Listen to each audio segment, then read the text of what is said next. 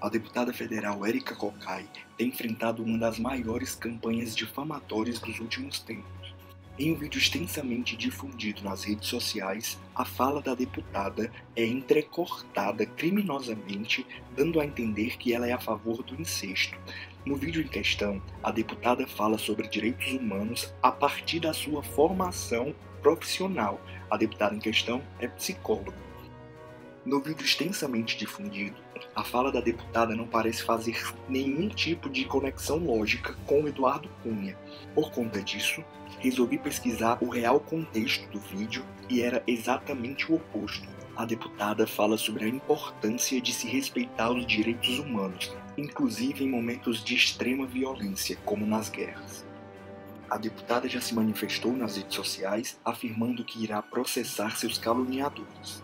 Veja. Estou sendo vítima de uma profunda calúnia, um crime, e estes criminosos irão responder na justiça, em nome da verdade. Pegam uma parte de uma fala e adulteram a minha própria fala. Uma fala que eu me referi a eles e diz como se fosse a minha concepção. Eu não defendo o incesto. Quem me conhece sabe que defendo como ninguém que nós não tenhamos violências contra crianças e adolescentes. Nunca defendi o incesto, mas estou sendo atacada de forma criminosa, de forma covarde, de forma criminosa. E quem comete crime tem que responder na justiça. E vão responder na justiça. Este ataque leviano, esta mentira que querem propagar ao meu respeito. Isso é apenas uma reação às posições que tenho defendido em defesa dos direitos das mulheres, dos direitos LGBT. Por quê? Porque o fundamentalismo não admite o outro quando o outro diverge dele. Só admite o outro quando é seu próprio espelho. O fundamentalismo é dogmático, tem lógica fascista de tentar calar. Eu estou aqui para dizer, vocês não vão me calar. Vocês não vão me calar. E a verdade, aprendi na minha vida, quando enfrentei a ditadura e enfrentei tantos percalços no dia a dia. A verdade, ela é inexorável, ela seguramente prevalecerá. Por isso, queria pedir a você que está assistindo esse vídeo que nos ajude a desmascarar este crime que estão querendo cometer, não contra mim, mas contra as posições de quem defende os direitos das mulheres, os direitos LGBT e os direitos de todas e de todos viverem a sua própria humanidade. Divulgue esse vídeo, ajude a contestar esse crime e esta mentira. Eu conto com você. Veja agora o vídeo original, em que a deputada contextualiza historicamente, socialmente e psicanaliticamente os seus argumentos. Perceba o quanto há de discurso psicanalítico, de termos psicanalíticos, que, por sinal, é a sua formação profissional. O preconceito, ele nunca é fruto da percepção, da consciência crítica. O preconceito, ele é imposto. Ele é assumido como uma totalidade. E ao ser assumido e se assumir como uma totalidade, ele impede o processo reflexivo numa sociedade que tem muita dificuldade de refletir. Nós temos uma profunda preguiça analítica, até porque é uma sociedade que tem muitas dicotomias. Nós temos uma mensagem que invade todos os lares, todos os dias na nossa sociedade, que diz: consuma para eu te respeitar, consuma para eu te respeitar. E uma sociedade que não dá o direito de consumir. São mensagens antagônicas que estão todos os dias se impondo ou sendo impostas e que contam com o aparelho ideológico do Estado, dos mais profundos, que é coisa recrudescida nos últimos tempos, que é a verdadeira opressão midiática que nós temos.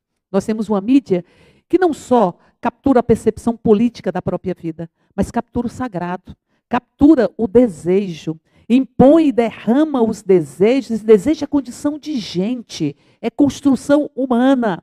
Só os seres humanos constroem os seus próprios desejos e são naturais e nos lembram a nossa própria humanidade, os nossos desejos, porque somos seres querentes, posto que somos seres faltantes. Então, nesta sociedade, onde nós somos seres querentes, o desejo que é construção humana tem sido capturado pelo mercado através de uma opressão midiática que nos lembra como nós estamos sendo vítimas do que nós não fizemos, porque este país não é democrático se nós não democratizarmos os meios de comunicação.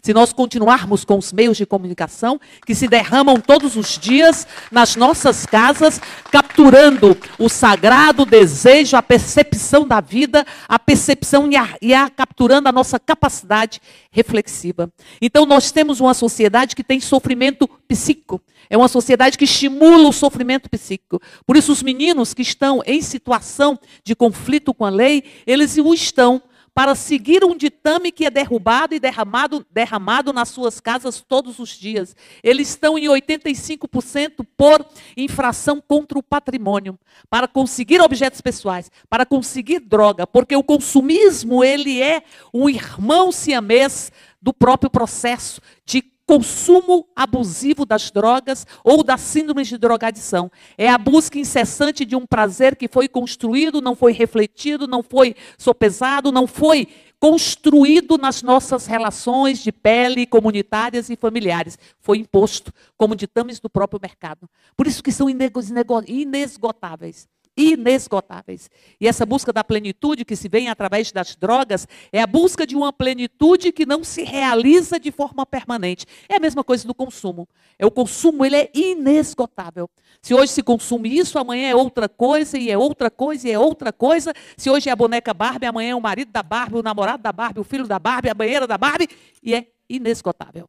Porque ele tem que manter o frenesi da felicidade bicada, do prazer, dos ditos do prazer bicado. E nesta sociedade tem sofrimento psíquico.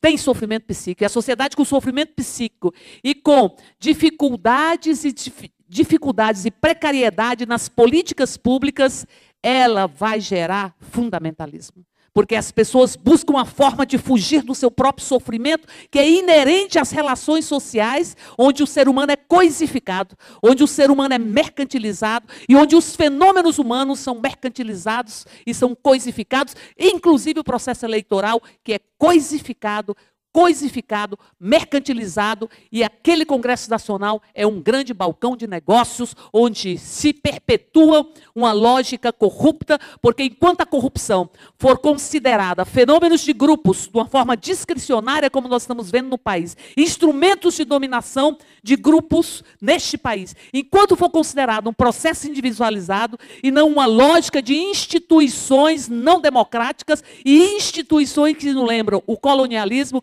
ela vai continuar existindo. A corrupção não é um fenômeno de grupos e de pessoas. Ela tem a ver com a construção de instituições pouco democratizadas. Esta sociedade com sofrimento psíquico, alguém vai dizer, não precisa pensar, não precisa refletir, não precisa se colocar na condição de sujeito de escolhas. É só me seguir. É só me seguir que eu te levo para a felicidade. E é só me seguir que eu sei definir o que é o bem e o que é o mal. Eu sei construir os instrumentos dicotômicos. Aí se diz, existe a noite e existe o dia. E eu me pergunto, onde está o amanhecer? E onde está o anoitecer? Que nem dia é e nem noite é. Existe o preto e existe o branco. E onde estão as cores do arco-íris, que não são só nem preto e nem branco? E nós temos uma miríade de expressões humanas que não se concentram na dicotomia do bem e do mal e na lógica fundamentalista que é fascista. O fundamentalismo é fascista, porque ele nega o outro. Ele nega a diversidade, ele nega, subalterniza e desumaniza, invisibilizando a nossa própria humanidade. Nós temos pelo menos 3 tipos de fundamentalismo que estão na Câmara. Nós temos o fundamentalismo patrimonialista, daqueles que dizem que o patrimônio é o sentido da própria vida e que é preciso retirar direitos de trabalhadores e trabalhadoras porque o meu lucro é incessante. É o pato de Troia da Fiesp. É um pato de Troia, que é a busca de retirar direitos dos trabalhadores e trabalhadoras pelo projeto de terceirização, pela desconstrução das NRs, pelo legislado subalternizado ao negociado, ou seja, as mesas de negociações serão poderosas e poderão rasgar a CLT e poderão rasgar a Constituição, porque elas serão ditas como os fundamentos básicos das nossas próprias existências enquanto trabalhadores e trabalhadoras. Este fundamentalismo é o fundamentalismo dos ruralistas, que querem fincar as suas estacas e as suas cercas nas terras indígenas, nas terras quilombolas, e fincam as suas estacas na nossa brasilidade, e fincam as nossas estacas na nossa própria cidadania e na nossa democracia, porque nós estamos falando de direitos que estão previstos na Constituição dos povos originários. Nós não estamos dizendo que a regulamentação e a demarcação de terras indígenas e quilombolas, elas têm que passar por uma discussão política de um Congresso que não nos representa. Ela é um direito assegurado na nossa Constituição e cabe ao Executivo apenas implementaram. Mas os ruralistas, do topo da sua arrogância, nos lembrando que não fizemos o luto do colonialismo, querem avançar sobre os direitos indígenas, avançar sobre os direitos dos quilombolas. Nós temos, portanto, o fundamentalismo patrimonialista, o fundamentalismo punitivo, que diz que os problemas do Brasil não se resolvem com escolas, não se resolvem com cultura.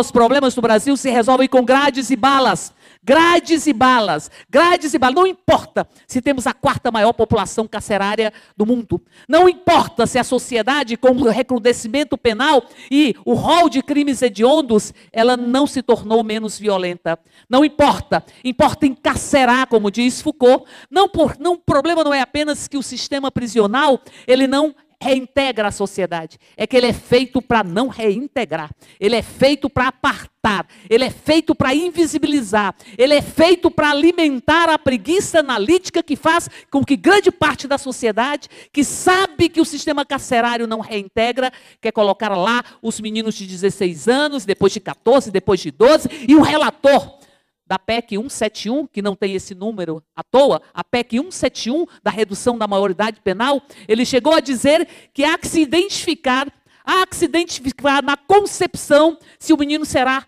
bandido ou não, e ali já tem que ter atuação do Estado. No útero, vai se identificar se ele é bandido ou não, como se as pessoas nascessem bandidas ou se as pessoas nascessem não bandidas. Este fundamentalismo punitivo impôs uma agenda no Congresso Nacional que tudo é recrudescimento penal. Se há um crime de lesão corporal contra um familiar de policial, é crime hediondo.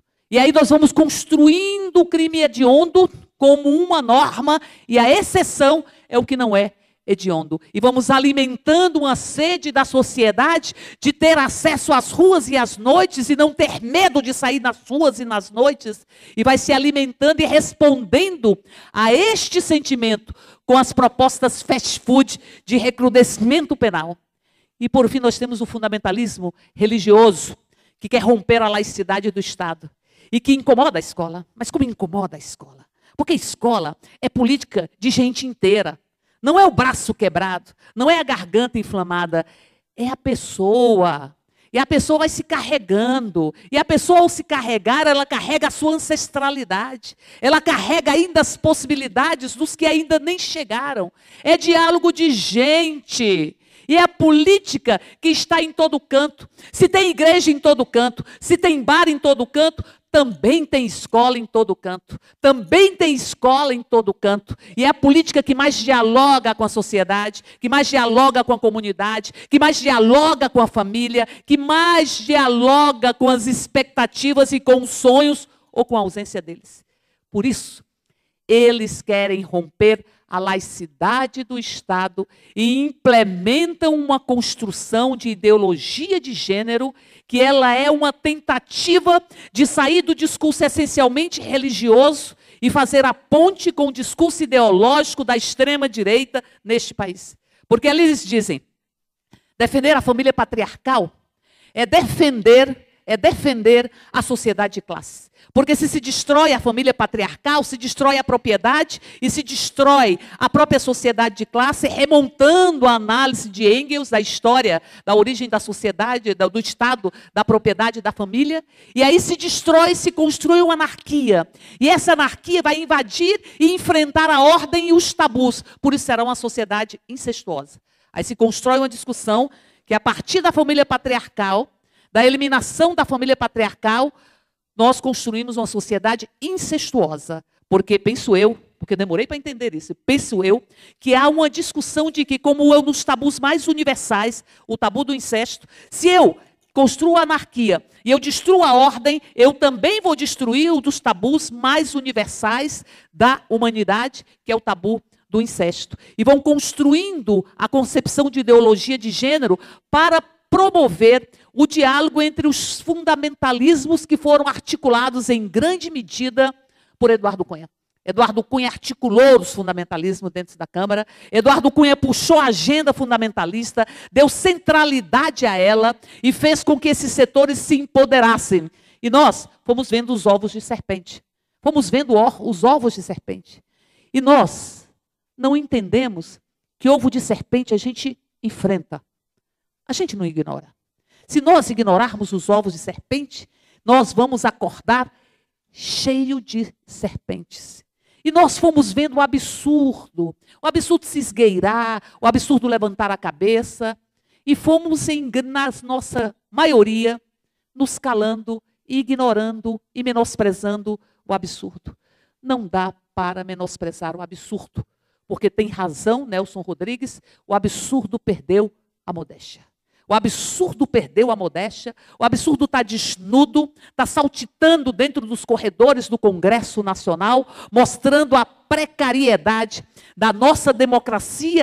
E estes absurdos foram se articulando, elaborando e fazendo um balé macabro, onde um fundamentalismo retira o outro para dançar, e vão pisoteando a nossa própria Constituição e crescendo a naturalização do próprio fascismo. Crescendo a naturalização do fascismo, da negação do outro, da desumanização simbólica. É como se a sociedade, do topo do seu patrimonialismo cultural, patrimonialismo real, dissesse: não, esta é a parte que te cabe neste latifúndio. A alguns, a prisão. A outros, os manicômios. A outros, os armários. Esta é a parte que te cabe neste latifúndio. São processos de desumanização simbólica. E essa desumanização, ela precede uma desumanização literal.